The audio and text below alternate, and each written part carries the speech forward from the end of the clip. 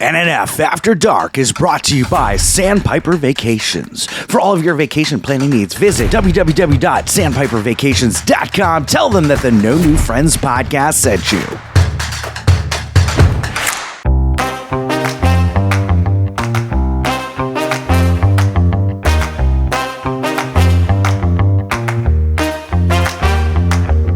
Welcome to NNF After Dark.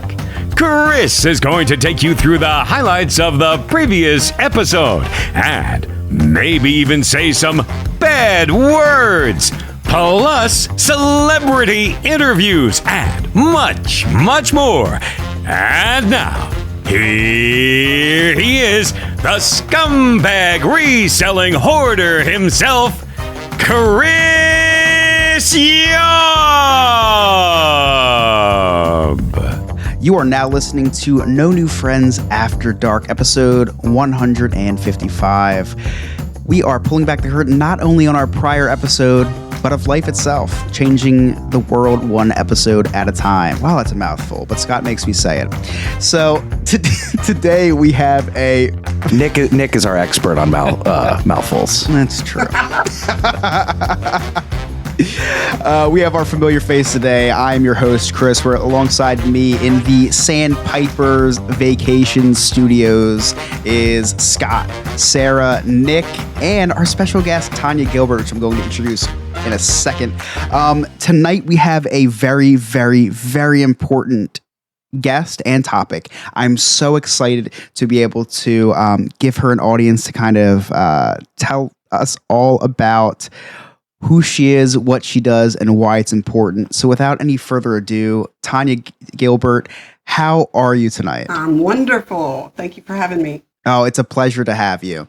So I'm just going to jump right into this. Like I said to you earlier, this show is all about, we try to get deep into serious topics, and we thought you were perfect to bring on because you have a great story to tell. You have a great service you provide. So for anyone who doesn't know the service that you provide service animals to abused women, which I do want to talk a lot about in our next segment. That is a very particular service that you provide, something that I would never think of, but something that I'm so glad that you thought of because it sounds like something that's super important and super needed. So please tell us, how did you get there? Okay, well, first of all, I guess it goes to my background. I've always been a nurturer and a kind of a caregiver and take care of others ever since I was small. Mm-hmm. I've been a nurse now for 13 years. And so I see a lot of different things, as far as issues with people. And you see more and more, a lot of anxiety, stress disorders, depression, Mm-hmm. things like that, especially after we went through the COVID pandemic. We've had even more. Before all this, though, I have to back up a little bit and say that I am a survivor of an abusive situation.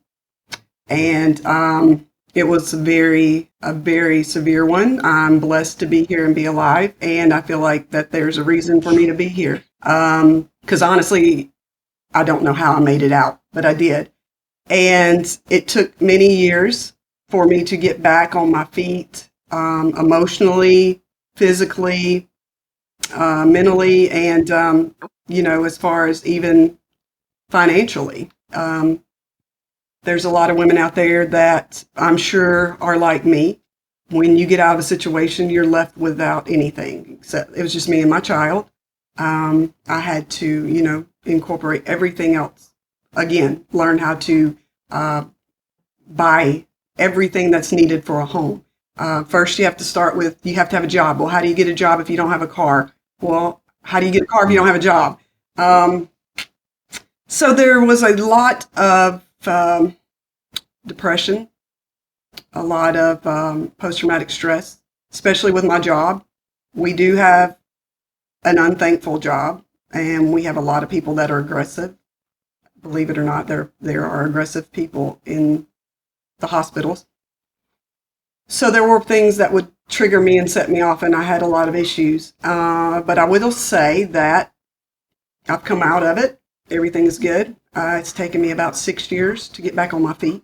I just know that I had a little Chihuahua with me for 15 years. So he's been with me through everything. I recently had to put him down, but I'm sorry. It's okay, thank you. He lived a great life. He was my buddy.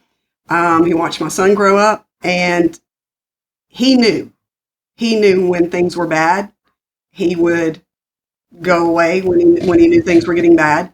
When I got out of the relationship, he was there for me. He knew when I was having a bad day. He knew when I was having a good day. They can sense things, and I believe that. I'm a real big believer in the animals being able to sense our feelings and emotions. So, that being said, I came up with an idea. My son went into the Navy, and when he came out, he kind of has some issues with post-traumatic stress and anxiety himself. He's had panic attacks as well.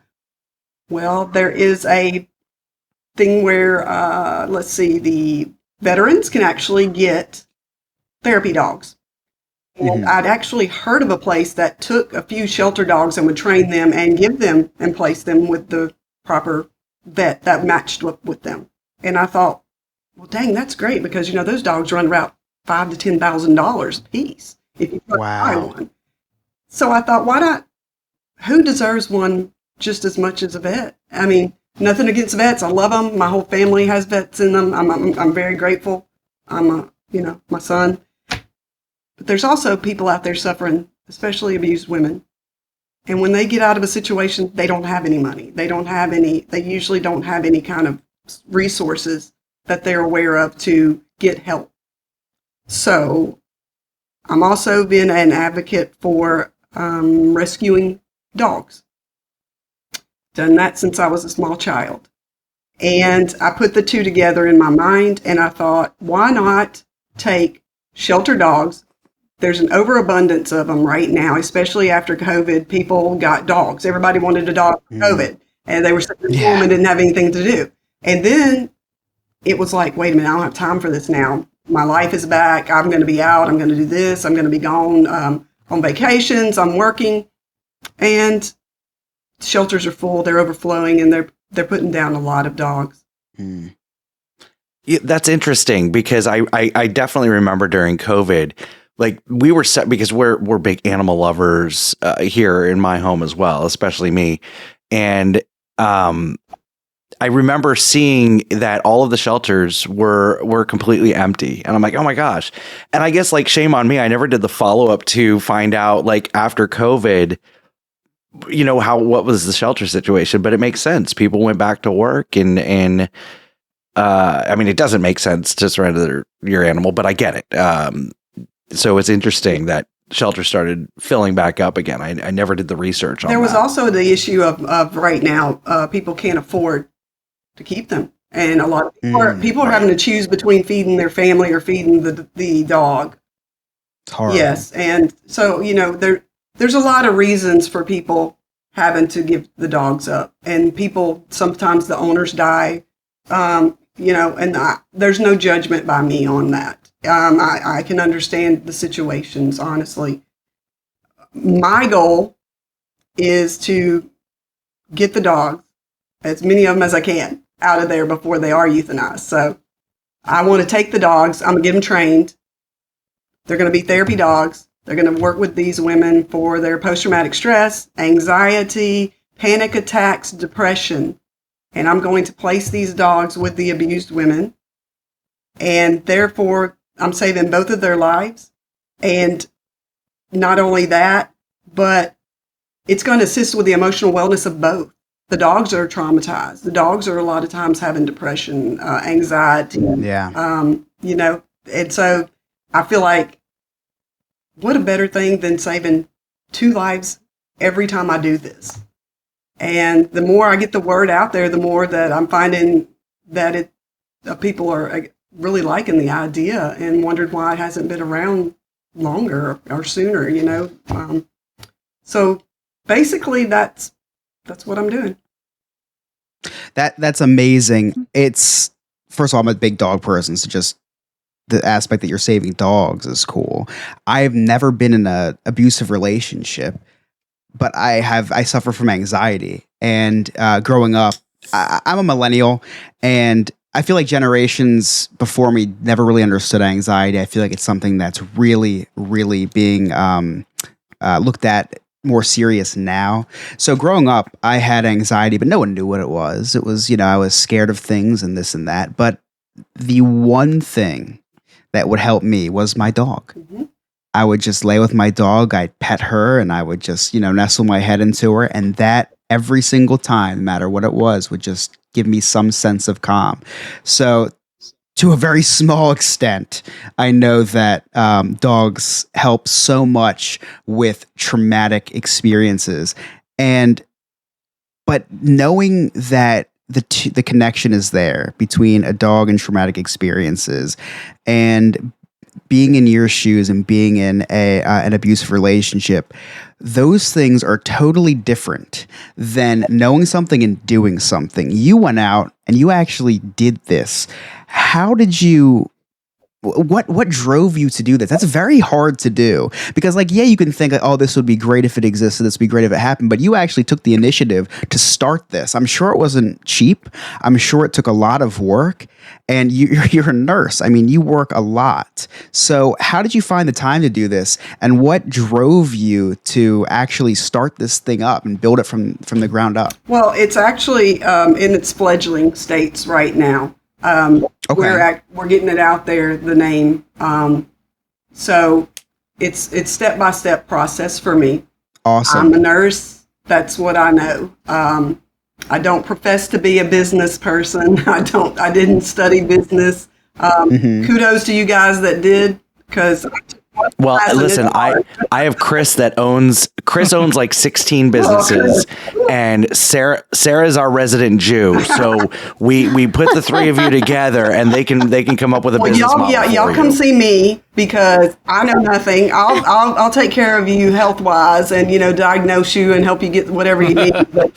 Hey, perfect. Please help me with this because who knew about bylaws and Oh, it's horrible. all this stuff. I'm like, you have to do that before you can even come up with a name? They're like, yeah. Oh, my God. Tonia, I started an LLC for the podcast, and just to, with sponsors so that they can claim it on their taxes and we can do everything legal and all that. And then I had to pay taxes this year. I'm like, what is this nonsense all about? I didn't know I was going to have to pay taxes by signing an LLC. This is ridiculous. Nonprofit. Well, yeah. Nonprofit. Yeah. Well, getting back to your question, I felt the need. I'm driven by the desire to be a role model. And I don't even know if that's the right word, but No, sure. I get that totally. I really don't know if I'm a role model, but I want to be. I want to be the one that's there for them to say, look, I've been there. I wanted to quit. I wanted to kill myself. I wanted I felt like a failure as a mom because I couldn't get my son his own room. I've been through all this that you're going through, and I have walked your shoes. Let me walk with you now, and I'll walk with you out of this because I walked out of it. And it's hard and it's long, but it's worth it. And you do come out and see that there's a brighter side, that this person did this to you, but they don't make you. They don't make you who you are, and they can't break you. You do that here. So I'm going to be there with them. And that's what I want to give to the dogs as well. I'm going to be there for you, and you don't have to suffer anymore. I'm going to take you out of this, and together we're going to find a perfect home, and both of you are going to heal together. Well, that's really beautiful because, like you said, you don't consider yourself a role model. But when you say that, I know exactly what you mean because it took me a very long time to get help for my anxiety. It took me a very long time to cope that there was something, I needed help. And it can be embarrassing. It can be hard to talk to people about. What you're trying to do is you're trying to get rid of that stigma. Yes. Because there's a stigma around abuse. It's women think it's embarrassing to speak out. Women thinks it makes them smaller, and it sucks. And I know Well, you also, said, sorry go to ahead. interrupt you, Chris. Tanya, I think you said, I think it was you that said something to me on the phone that something that drives you nuts is when you hear people say, "How did you not leave the situation? You're such a strong person." I hear it all the time. I have this persona, and that's my protective mechanism. Is I'm a tough, independent woman. Okay. And I can't stand to hear people that judge you, that never been in that situation. Then they're like, oh, I would have tied him to the bed, beat him with a frying pan. I would have done this. I would have done that. Therapy will tell you that it's almost like a drug, like people with substance abuse. They get addicted to their person that they are with in this situation.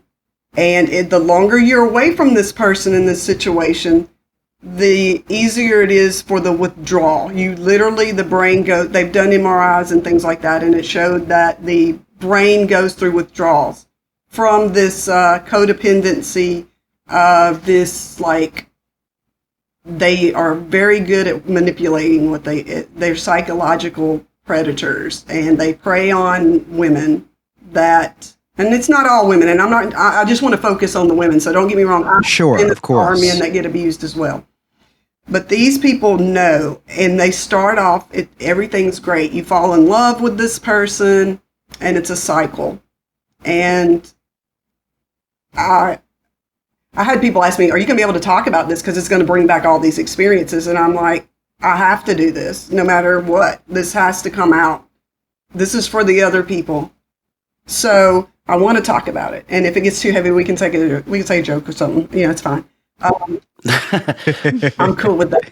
But the thing is, they're good. They're master manipulators. They get you, like, people think I'm just this confident person. Oh my God, look at you. You're attractive. You're this. I don't see that. He had me where I was just this dog. Nobody wanted me after him.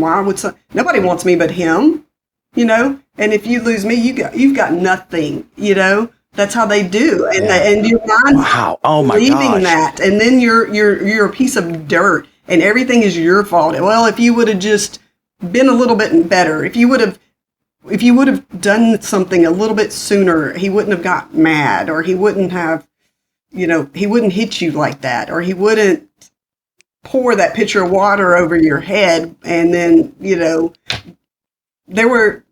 I'll just give you some. Those are just easy little things that I can bring up.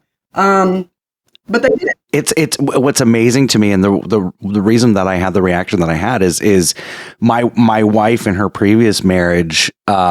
It wasn't a physically abusive, but it was definitely mentally and verbally. He was a narcissist. She's an empath, which for some reason those two come together a lot. But she would tell me stories. Empath. Right. Exactly. Yep. She would tell me stories of how it was, you'll never do any better than me. You'll never do this. You'll never, you're nothing without me. It's always your fault. It was never his fault. And she started to believe that until one day she woke up and she said, you know what? I'm a hot blonde. I've got big boobs. I love football, and I'm good in bed. I think I'm going to be just fine. We have a lot in common. Okay, there we go. All right, my mom's going to kill me. Okay.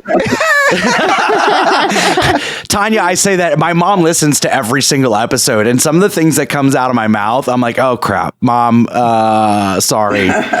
She should be used to it. She told me I should have been a comedian, actually. Oh, there you go. Out of my mouth. Hey, if we don't laugh, we cry, right, Tonia? Exactly. So, I hope I answered your question a little bit about that. Oh, absolutely, yeah. It's a power trip, and then of course the psychological is worse than the physical. The physical a lot of times will heal. Now, the other does. Scott said that you mentioned to him that it drives you crazy when you should have been stronger. Now, correct me if I'm wrong, but I feel like women are born strong. Every woman is strong in their own right. it's the mental abuse, I feel like, and again, correct me if I'm wrong, because I've never been in this situation, but I feel like it's the mental abuse that makes you believe that you're not strong. Yeah. And that's kind of what you're here for, is you are here to be that role model, the survivor, the woman to tell other women that you are strong, to remind them, no, you are strong. Like, it's not that you're not strong, you are strong. Just remember that. Yes. The brainwashing is just It brainwashing. is. And these women need to remember and understand hear me right now. If you're out there and you're in a situation right now and you feel like you can't get out, I want you to know that if he's telling you you're not strong, you're strong. You're stronger than him. That's why you're still there. That's why you're still surviving. You're still going. You're strong. And one day you're going to be able to, you're going to know when the time is right. No one can tell you, but you can get away and walk away from this. And there are people that will help you. I promise there's people out there now that will help you. And it's hard. It's hard. I hid it from my family. They didn't even know till after I divorced him for years. And my son brought it up when I left the room at Christmas one day, a little bit about it. And they had no idea. He didn't see every aspect, but he saw a lot of it. Unfortunately, he was there when I was handcuffed behind my back and beaten and thrown around the room. The cops didn't do anything because he was a cop too. And so they just kind of uncuffed me, and he was laughing and, having a good time about it. And I just said, so I never pressed charges because I didn't want the embarrassment of going through everybody knowing my business. So a lot of women go through that as well. They keep everything secret and hidden, and the men rely on that. And, you got to go to work. You got to go to work with a cast on your arm. Yeah. What happened to your arm, there was so especially if you live in a small town, it's really, really difficult. I'd like to elaborate on that a little bit, because me not knowing anything about your situation or the situation that any women are in that are abusive, you always hear the same thing from these people with super strong opinions. You see a lot of high profile cases sometimes of women that come out. Harvey Weinstein, for example, right? They don't come out until years later. And you have all those people on the opposing side saying, oh, well, why didn't they come out when it happened? Why didn't they do this and why didn't do that? So could you kind of break down, like, why don't you? And kind of, because I feel like the message you're trying to convey is, why should you? Because why should you? Why are you strong enough to be able to speak out about this? I think that first of all, you fall in love with the person initially. Okay, there's the good one. There's the good person, then there's the bad person. In my situation, he was great. He was an alcoholic, and then when he would take prescription pills too. So as long as he would try to get sober for like 30 days, then the person that you loved would come out, and you saw hope. You felt like, oh, this is great, and then it would always revert back to the other person as soon as they started drinking, as soon as they started doing the pills. So one thing is, if you run back and forth every time and you tell people your problems or you tell your family, then you're like, oh, they're going to hate him. I don't want them to know because he's sober right now and we're getting back together and I don't want him to know anything. That was my situation. Then, of course, when I got away, there was the shame. You go through the death of who you were. I had put my trust in this person. I put my son's trust in this person. I told my family, that I was going to marry this person. And so I did not want to come out as a failure. I failed in this. And see, this is how I saw everything. I did it. It was me. I'm the failure. I'm the this, here I am. So I didn't want him to know that, he ruined my credit, that he took all the money, he went through all the money I had saved. He basically I had nothing to start over. At my age, it was horrible. I didn't want anybody to know. I was embarrassed. And then let's say years go down and you think you're ready to date. Okay, like me, it's been 6 years. Well, you don't want to tell the story, because if you tell a guy you've been abused, he's running. He's headed for the door. I don't need anybody with this problem. They got baggage. They don't want to hear it. Right. So they automatically judge. So women don't talk for that reason. They don't talk because they're embarrassed. They don't talk because they feel guilty. They think that they were like me. I fell for it. How could I be so gullible? But right. I'm also the type of person that try to help everybody. You can love them to death. You can make them better. You can, they just need somebody to be there for them. Yeah. And you can fix him. Yeah, you can fix the negatives. I am a fixer. It is ingrained in me, and that's why I'm a nurse. I am a fixer. Yeah. And you cannot fix everybody, women. If there's red flags, move along, because if he's a heavy drinker now, he's going to be a heavy drinker later. And I'm not saying that all men don't stop. I'm not. I'm just saying, don't think that you're going to change him. He's going to have to do it for himself. So unless he's willing to do that for himself, don't think he's going to do it for you. I'm so happy you brought up why women don't come out immediately, because that always drives me crazy. When I'm, obviously a lot of these high profile politicians recently, you say, oh, this was 30 years ago. This was 20 years ago. Why didn't they come out? And I'm glad you kind of answered some of those questions, because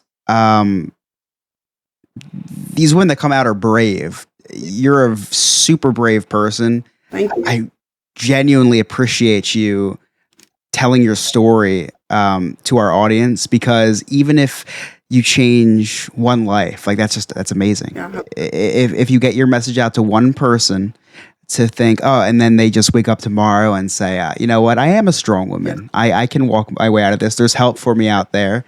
And, this person did it. So why not me? If you don't mind me asking, how long were you in this relationship for? Probably total, I want to say 6 years. 6 years. And when did the abuse start? Was it early? Was it late? It was pretty early. Yeah. It was within the first 3 months. Within the first 3 months. You fall for someone, and it's kind of like you're in a trance, right? Like it's like you're head over heels over this person, and all the negative, you just kind of like, well, maybe this is, Well, they blame it. I can, like you said, I can fix this. They blame it on. It was just because I had too much to drink. It won't ever happen again. I'm sorry. And right. In my situation, it started off small.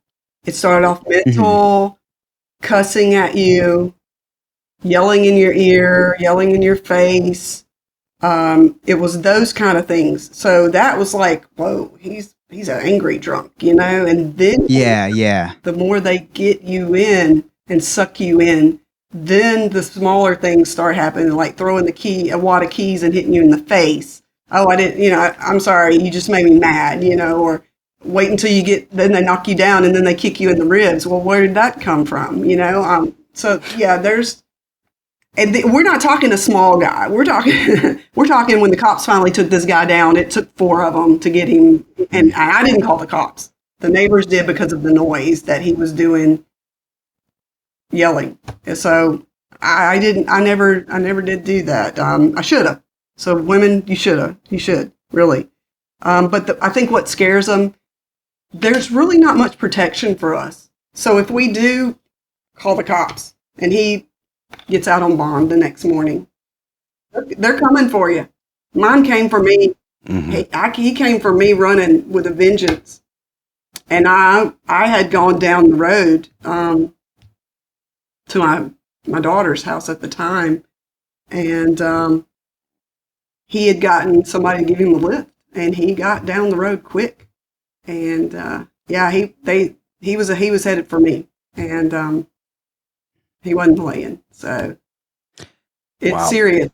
Tonia, what was kind of the the point when you were like, okay, enough is enough? Because I've read this as I've gone through some mentally abusive relationships that, on average, psychologists say you typically split up from you typically leave an abusive relationship on average 8 times before it's final. What was the final moment for you? That's about right. And then you let them come back. No matter where you wind up, you let them come to you. Okay. I'll tell you just a little bit about this one. The final straw was when I was at work and he showed up. And my abuser had this look. The person that I knew and loved would be gone. The eyes looked like the devil. It would be this, you could see this, it was completely a totally different look. And you knew when that look was coming, it was bad. And he showed up and I knew it was bad.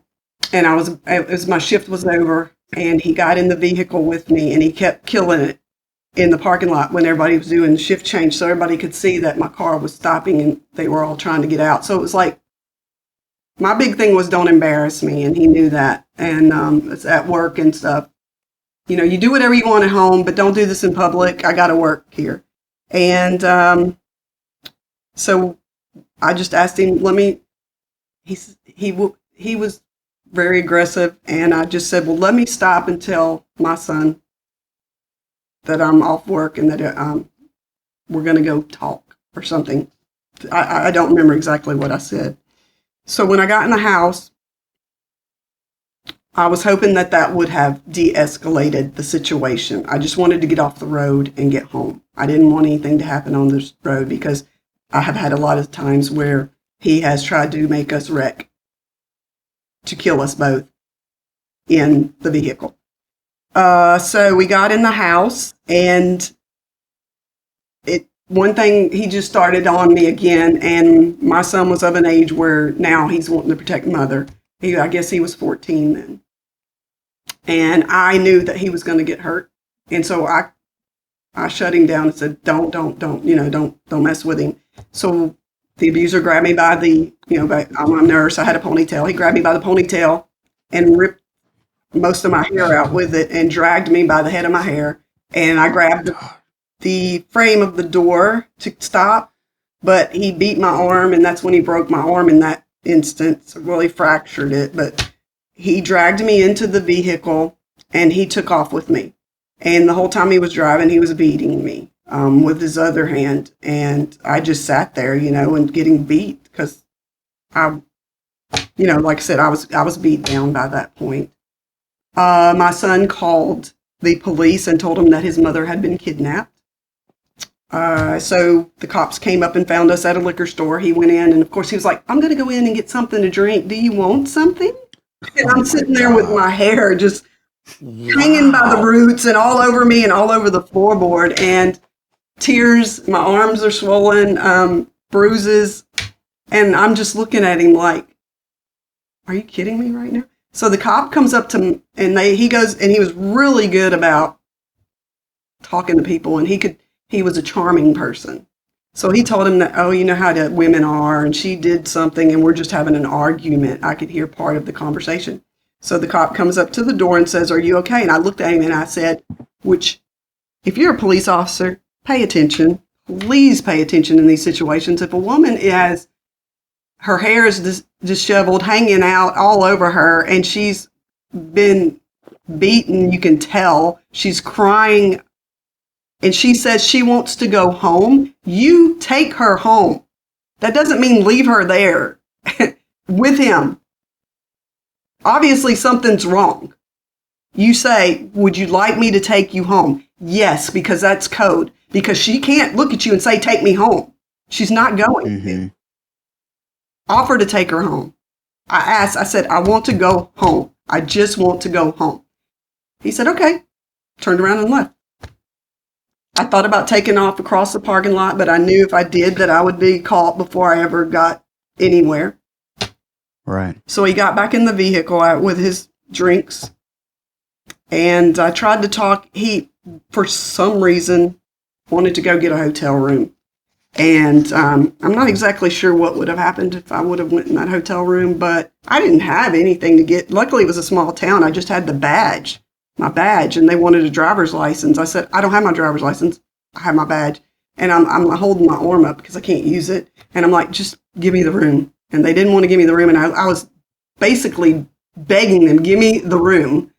So I said, well, they gave me the room. I gave him the key. And I said, why don't you get out and let me go tell my son I'm okay?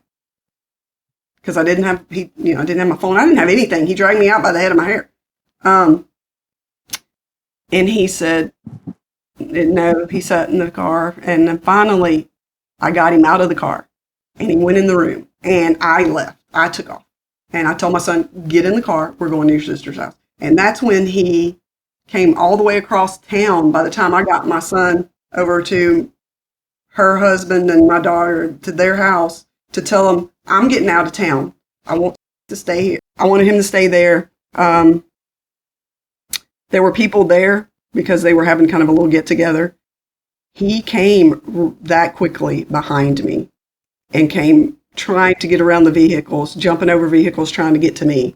And he was like, I just want to talk to her. I just want to talk to her. And they were like, no, you're not doing anything. Because after they saw my body, they were like, you're not going anywhere. And thank goodness. Long as the gist of it was, he got loud. Neighbors called cops. Cops came. 4 of them took him down. They took him to jail. And that was the end of that. I decided that I've had enough. That was pretty much the end of that. Wow. Thank good. How long ago was that? 6 years. Wow. Thank goodness. Yeah. Thank goodness you were here to be able to tell that story. I also think it speaks volumes that your abuser was a police officer. Yes. That must have been super difficult, not only to think about, because, when you said you would call the cop or the cops would come and they just laugh, but not only did you, was it scary then, but you eventually got out of it. So I think that speaks volumes to others who might be listening now. Like, it doesn't matter who your abuser could be. There's always a way out. And I am so happy that you're here today to tell us this story. I commend you for your bravery. I'm so happy to be having this conversation with you. I'm so happy to share your story. Now, when we come back from break, we're going to talk about what are better than people? Dogs. We're going to talk about some dogs and how dogs can help people that were in your situation,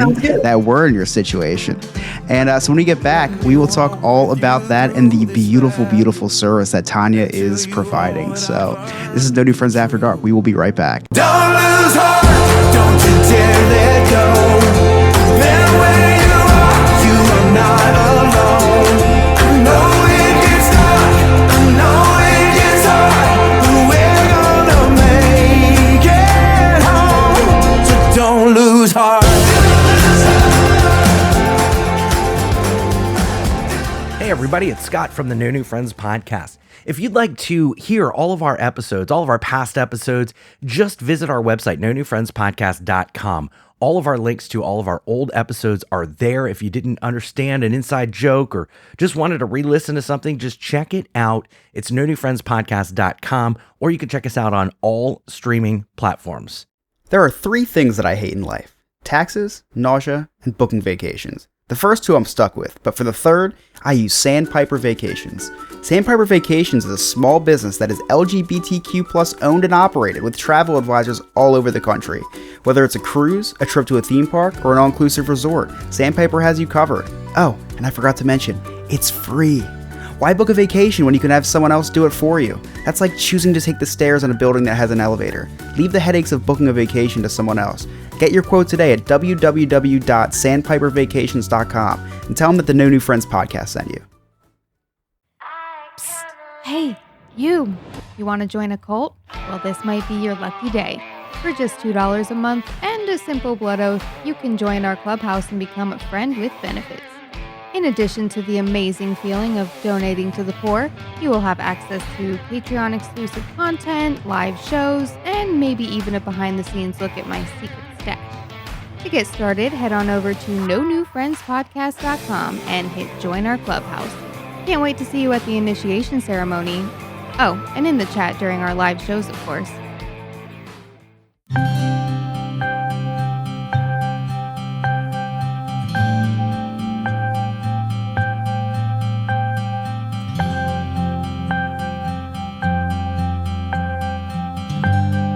All right, we are back with Tonia Gilbert with Don't Lose Heart. I kind of want to open up this as a discussion for everybody here, because it was a lot of just me asking questions, navigating through that very, very deep story, which I'm very grateful to hear. But Sarah, I understand that you can kind of relate, and I just kind of want you to be able to have a voice here as well. So please, the stage is yours. Well, I'm really glad that Tonia's here to talk about all of this, because I do understand firsthand.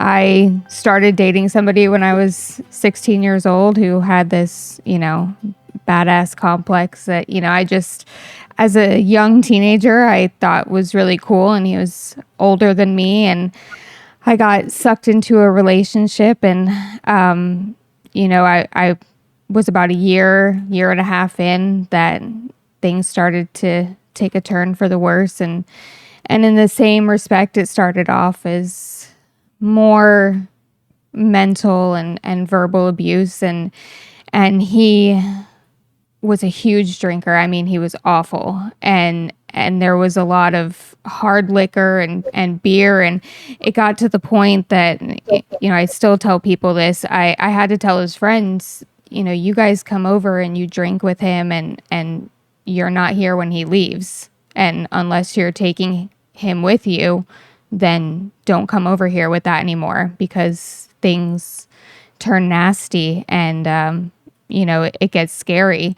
And cops were called to his dad's house when we lived there, and our first place when we lived there. And it was awful for a very long time. And I was in that relationship for almost a decade, and things got very physical at some points, and that was a lot of alcohol, and unfortunately hard drugs went into it as well. And I'm very, very lucky that I met my husband that some of you know. And he is incredible, and he has been there for me for all of it. And he unfortunately had to see some of it happen, but I couldn't ask for a better partner, because he showed me the complete opposite end of the spectrum. And I want to talk a little bit about, what Tonia's doing as well, because being in the middle of this relationship, my boyfriend at the time and we wanted to get an animal.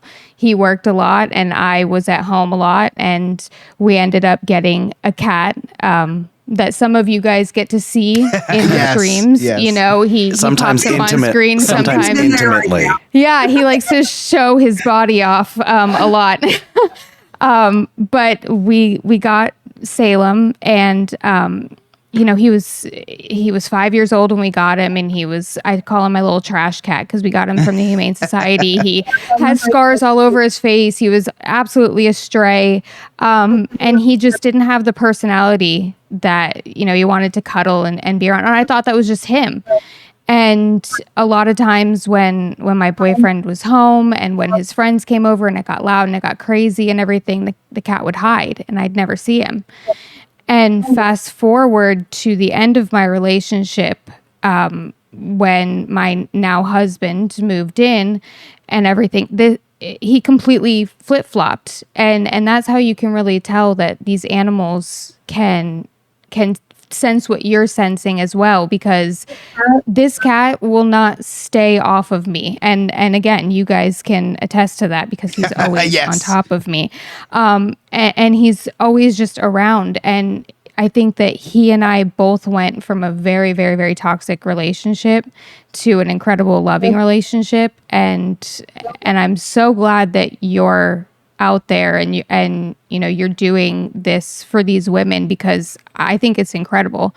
And my husband and I just got a dog ourselves, actually, not too long ago, and he's adding to the group, and he takes care of us as much as we take care of him, and I love it. I think it's incredible. So thank you from, I never call myself a survivor of it, but, from one survivor to another. Thank you. You are a survivor, so just remember that. You survived. Thank you. Sarah, first of all, like that's another thing that I think super important in all this is that like we've been closer friends for a few months now. Obviously not a super long time, but we've been a part of the same podcast for a little bit now since you've come on to the show. And I would have no idea that happened to you. You never know what someone's going through. And I think that's why these conversations are so important because we do have to break down that stigma. And we do have to let our guard down and let other people kind of just talk if they need to talk. I think this is made for an awesome conversation. Thank you so much, Sarah, for sharing your story. It's just so brave for both of you to come out and talk about something that I'm sure you at one point never thought you could tell a single soul. Mm-mm.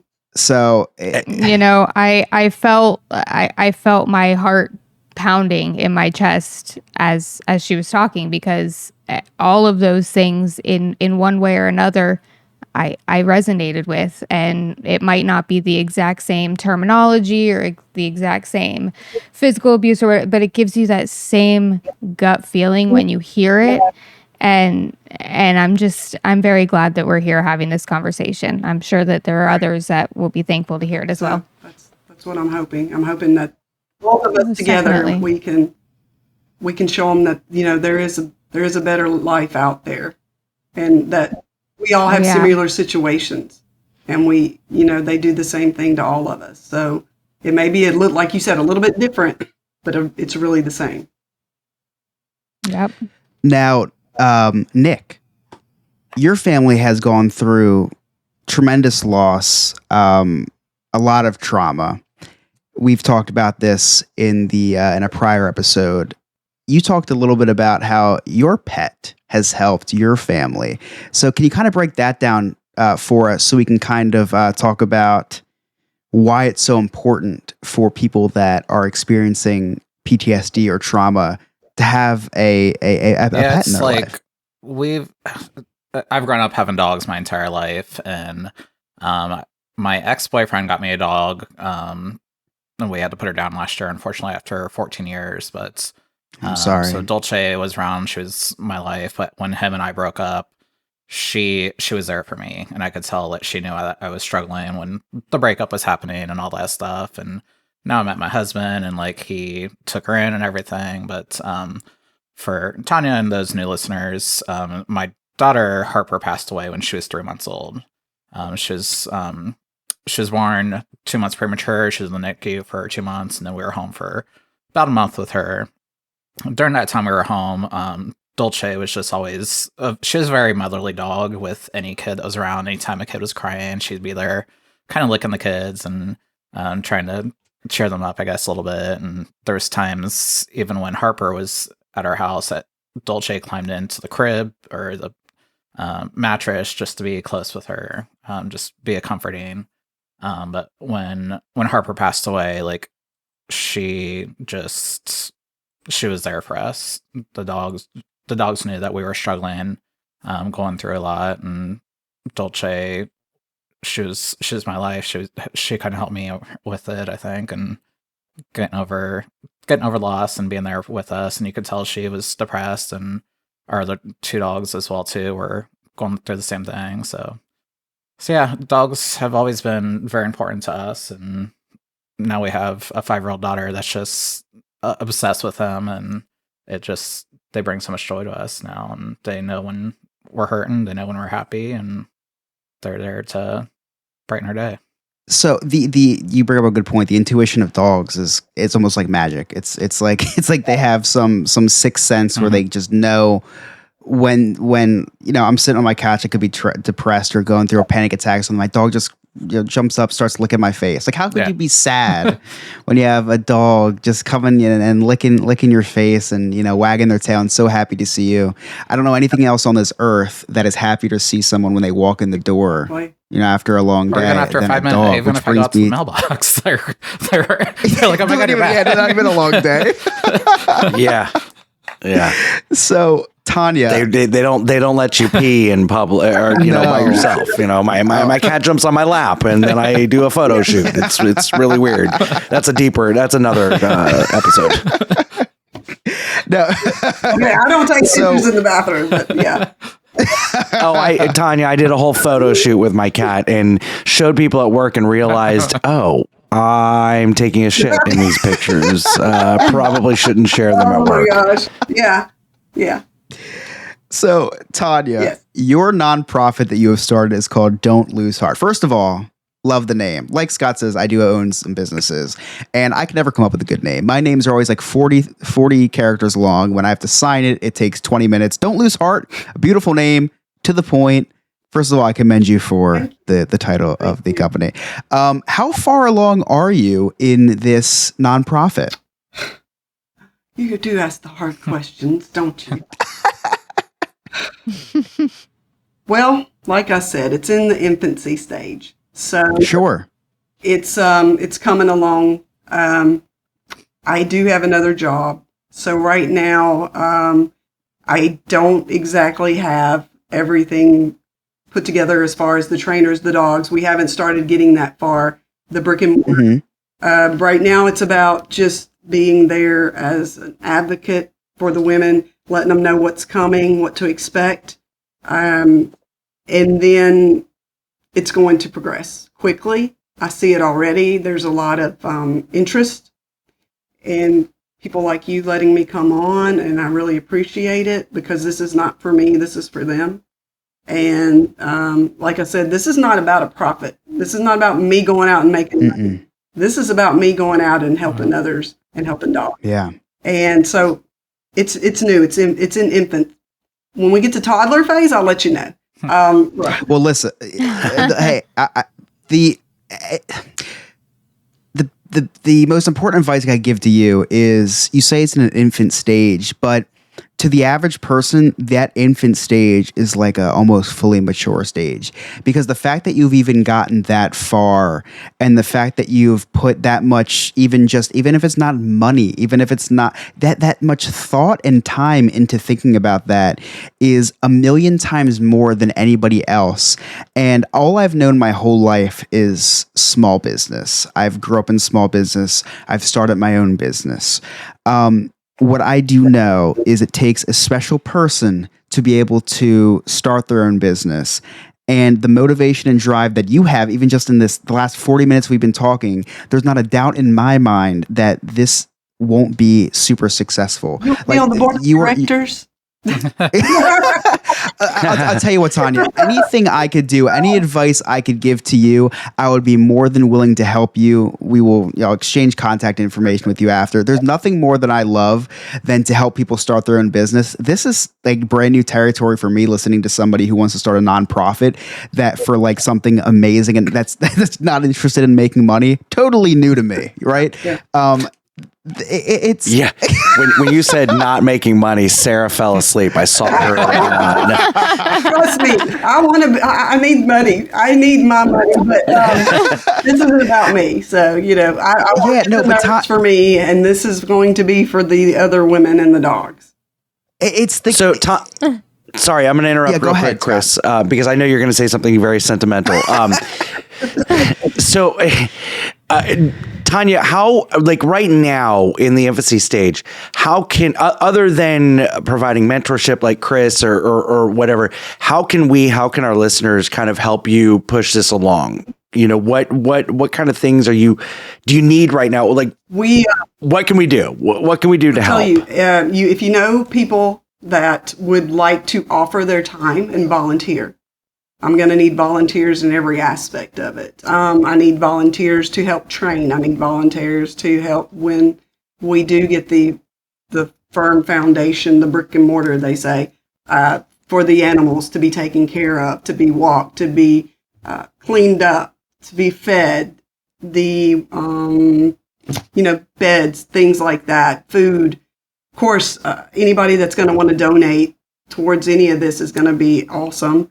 And like I said, anything you can do to help spread the word is good too. Anything you can do. And I foresee a lot of things happening with this in the future. I want to have walks and runs and all kinds of live music and things that go with it, and have some of the dogs out there with when this is going about. And there's a lot of people that give money if you look on the shelter pages for a dog that's been hit by a car or anything. I mean, thousands of dollars, and you'll see people, I'll do this, I'll do that, I'll donate, I'll do this. And that's what I'm hoping to see. I'm hoping that I get the people that also want to help the dogs, because I'm helping them. I'm keeping them from. I'm going to rescue those and pull those out that are getting ready to be euthanized. It's amazing. So if this is a good cause. Then if you've been abused and you want to do it for that reason, give for that reason. I don't feel like I have to tell you this, because I feel like you know this. I feel like you live this, but the sky is the limit. Yes. Whatever you want to do, you can do. And that's the beautiful thing about this country, is that you have this idea and you can do it. As long as you want to do it, you can do it. Find the people that want to help you the most, lean on them. The two things I love most in life, helping people go through things that I've gone through, like anxiety, and I love my business.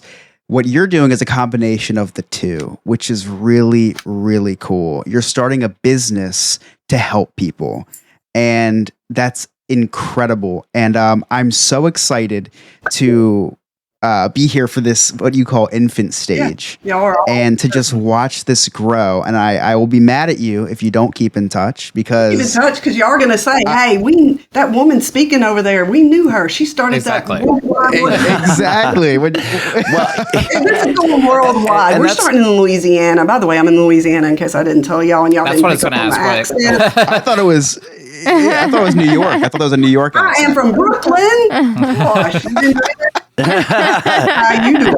That's what I was going to ask, is where you're based out of. Yes. And I'm in Louisiana. I'm originally from Baton Rouge. I'm up in North Louisiana now, close to Shreveport.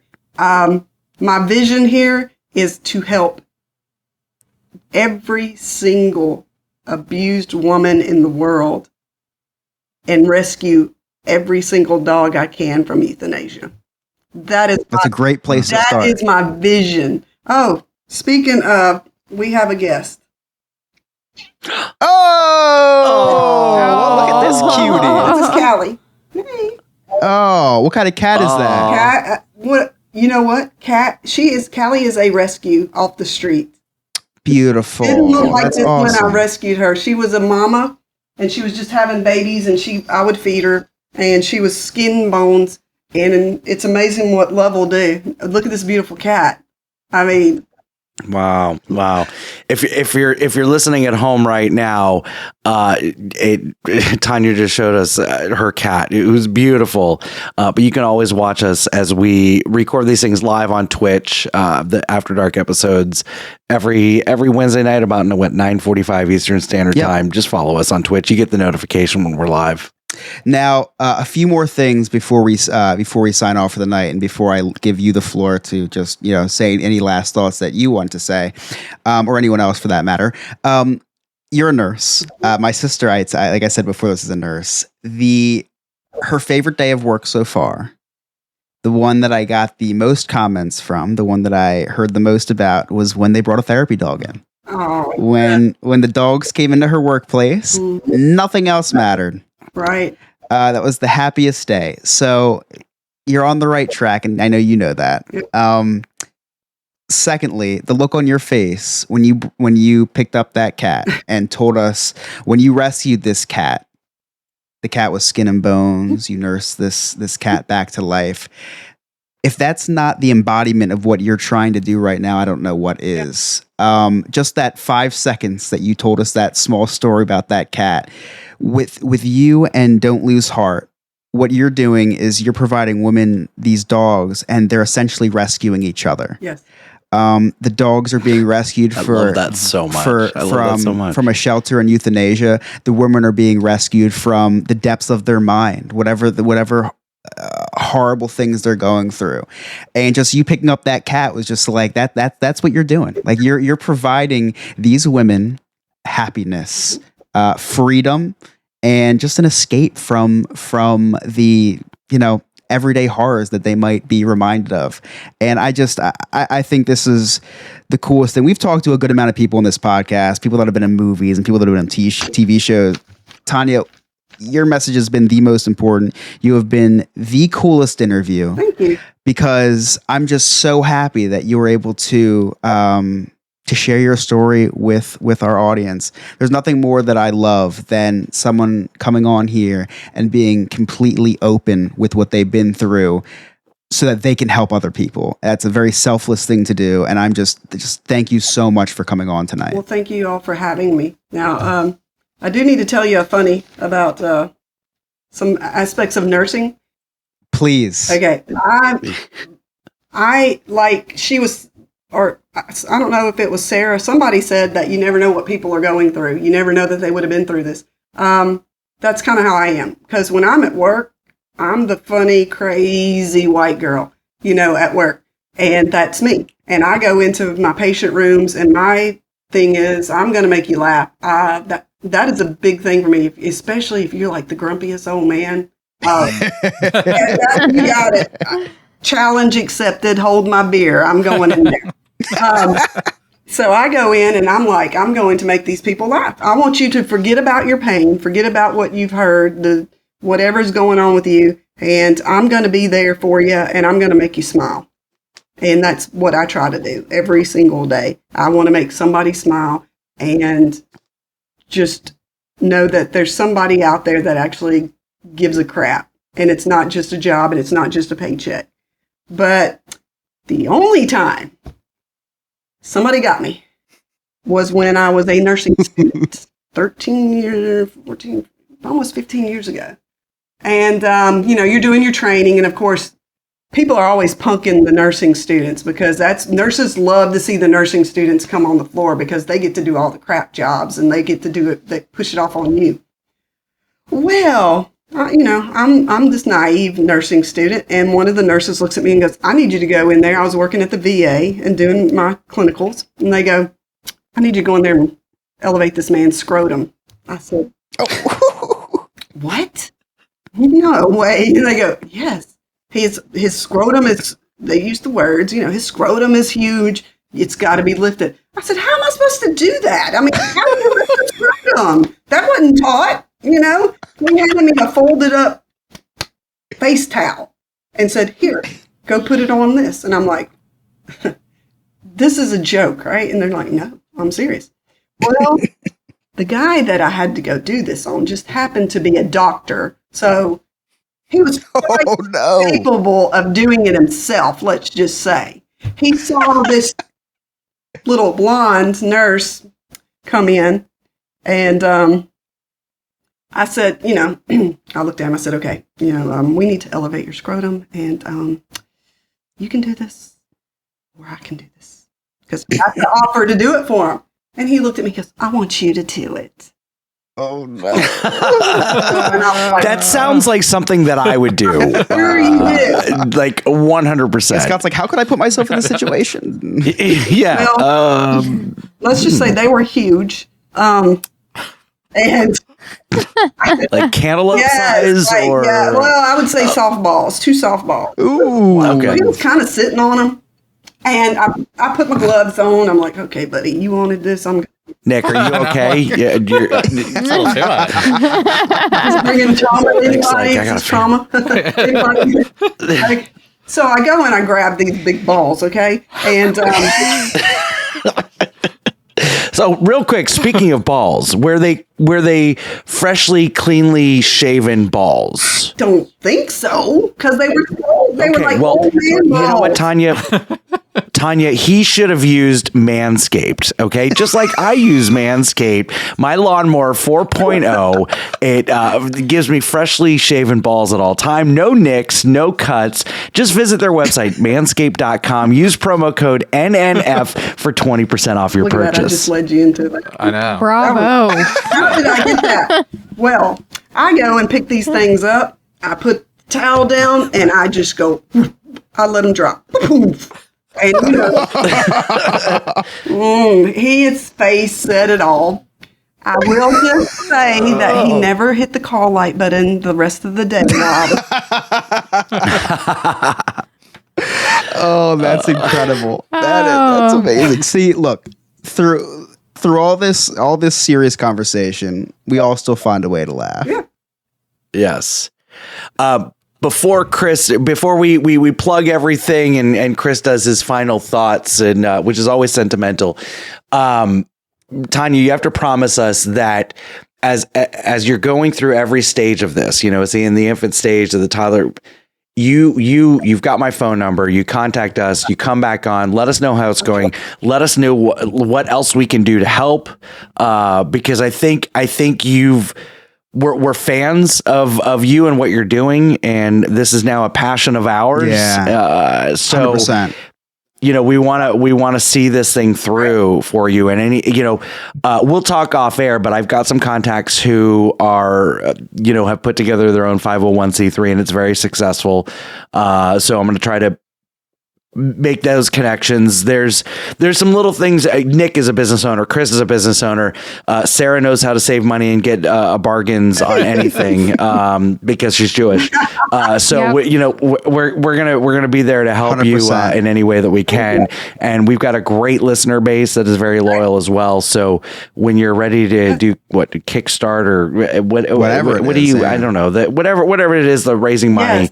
Yes. You can count on us to get the word out Thank there. you. And the website, they are actually updating the website right now. I don't want anybody, to bombard. Why is everybody updating their website when they come on our I'm show? sorry. James That's so true. James Yon was updating his website. Laura Willoughby was updating their web. Everybody's updating their website. Do you have an email, Tonia? I have, yes, I have my personal email, and then I also have my personal right now Instagram account that I'm leading. Okay, people to. perfect. If you need to come to my Facebook page, even you can message. Okay, me so there. 'cause- So if you, Yeah, 'cause I'm going to ask you in a second to plug whatever you have. Yeah. Yeah. So, well, my Instagram's a little different. My Facebook, you can find me by my name, of course. But I don't ever use my Instagram. I'm sorry, guys. There's a few pictures on it. I'll get better about that. But Yeah, no, it's all right. it's Nurse Tay. Nurse Nurse- Taetae. So it's all one word. Yes, Nurse Tay on Instagram. No periods or anything? Nope. All right, cool. All right, so I'm going to... Easy enough. I I could have been Nurse Goodbody, I guess. I don't know. Might have more followers. No, it don't. And Tonia, I wanted to say to you, as somebody that we spent 2 months in the hospital with our daughter, and my husband's been through a lot of health issues where he was paralyzed for 2 months. I spent an unfortunate lot of time in hospitals with nurses, and for us, having that nurse that is the funny one that we can joke with and just brighten up our day, because it's shit in those hospitals, unfortunately. The food's not great either. It is. And it's uncomfortable, and it's just having somebody like you. Thank you so much to you and all nurses out there. So. Yeah, thank you. I appreciate it. So, Tonia, thank you so much for coming on. If you don't remember, her nonprofit is Don't Lose Heart. I'm pretty sure that will be a common thing that you'll be hearing on this podcast every so often, because Tonia will be a recurring guest and taking us through these steps of creating this amazing venture. Now, as of right now, where can people find you, Tonia, if they want to reach out about even just questions about an abusive relationship, and of course about your nonprofit and ways to help? Okay, yes, absolutely. I have no problem right now with anyone wanting to reach me. If you need to talk, if you need help out, I'll do whatever I can do. I mean, that's not what the advocacy I do. However, I am here and I'm a good listener. You can reach me at my Instagram account. It's Nurse Tay. It's all one word. It's nurse spelled Taetae. Nurse Tay at Instagram. You can find me on my Facebook account and message me. I will get back to you as soon as I can. I promise. I'm pretty good about checking that, really periodically, especially now. And if you need to email me, I can leave my email address with you guys if you want to put it up under there. Yeah, We'll put that in the episode description for anybody who wants to reach out to you via email.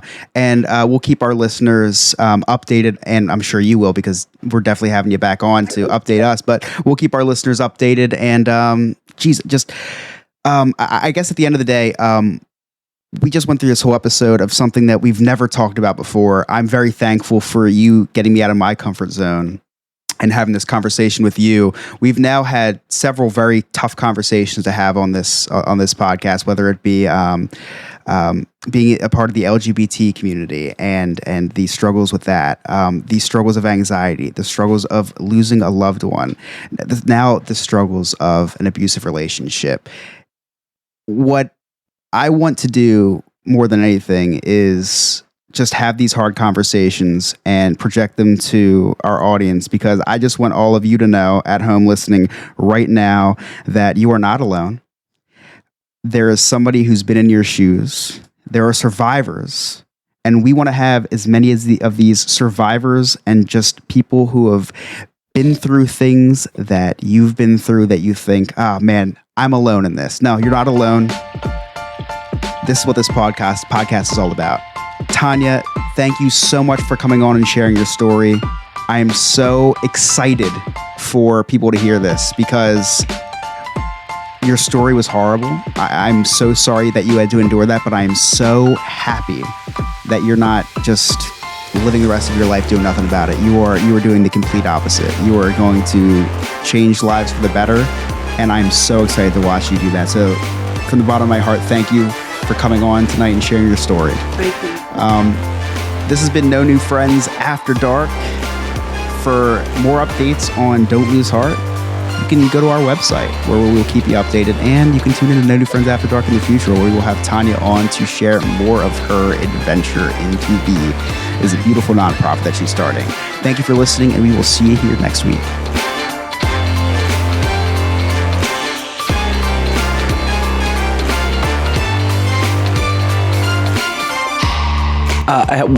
You go into the plug and then the end. That little conversation that just how much of that am I leaving in the episode? How much am I not? Leave whatever fits. Leave in. I just piece it together. That's your job. Thanks. I'm just gonna. Better leave my balls Wait, in there. when did this? Hold on. When did this stop becoming my podcast? Now it's like, yeah, that's your job. You do this. You do Better, this. better leave my balls in there, because Yes. Oh, that's staying. Oh, that is 100% staying. All right. So let me see. I'm gonna compose. Okay.